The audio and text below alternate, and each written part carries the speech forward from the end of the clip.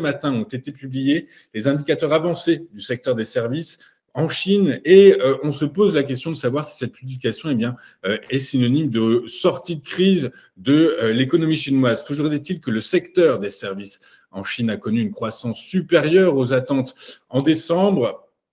La poursuite des mesures de pleine relance permettant de booster la demande intérieure, tandis que l'effondrement des commandes à l'étranger s'est également atténué.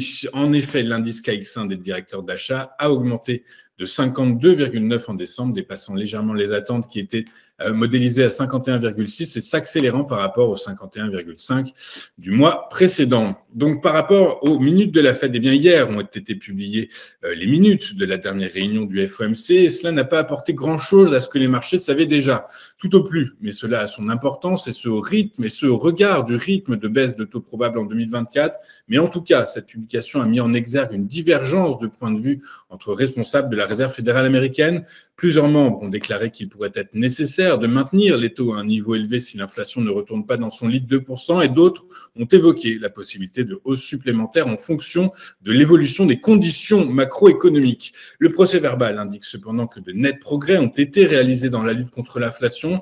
Une mesure sur 6 mois des dépenses de consommation personnelle indiquant même que le taux d'inflation est légèrement inférieur à l'objectif de 2% de la Réserve fédérale américaine. Nous retiendrons donc que le ton prudent de cette publication ce ton prudent contraste avec les réductions agressives attendues par le marché en 2024.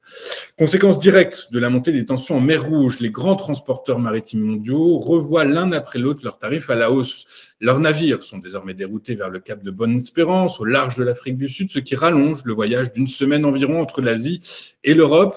Ainsi, après le leader mondial MSC qui a augmenté ses tarifs le 1er janvier pour compenser l'allongement du voyage de ses navires, c'est au tour du transporteur maritime français CMA CGM d'annoncer doubler ses tarifs de fret à partir du 15 janvier prochain. Concrètement, et selon l'AFP, le transport d'un conteneur de 40 pieds passera de 3 000 à 6 000 $ pour un transport entre l'Asie et la Méditerranée. Je vous rappelle que depuis le 19 octobre dernier, 23 attaques ont été menées par des Houthis contre des navires internationaux au large du Yémen. Or, environ 12% du commerce mondial et environ 3 millions de barils de pétrole brut transitent chaque jour par cette zone.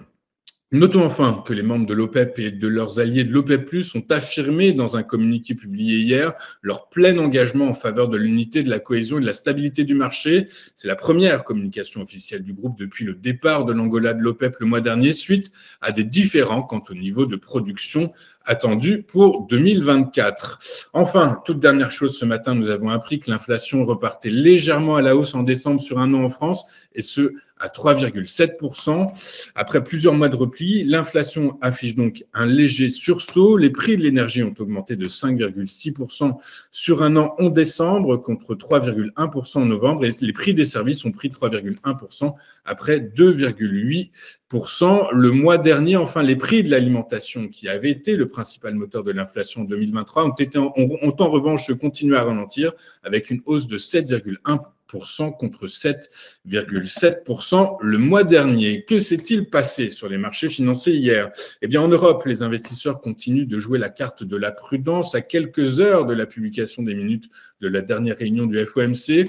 À Paris, le CAC 40 a fini en baisse de 1,58% à 7411 points. Le FTSE a reculé de 0,51% et le DAX a lui cédé 1,38%. Aux États-Unis, les investisseurs n'ont pas trouvé de réponse à leurs questions sur la trajectoire de baisse de taux de la Fed attendue pour 2024. Dans le doute, ils ont pris leurs bénéfices et ce malgré le repli des rendements obligataires. Le Dow Jones a reculé de 0,76% à 37 430 points. Le S&P 500 a cédé 0,8% à 4 704 points. Enfin, le Nasdaq Composite a lui fléchi de 1,18% à 14 592 points.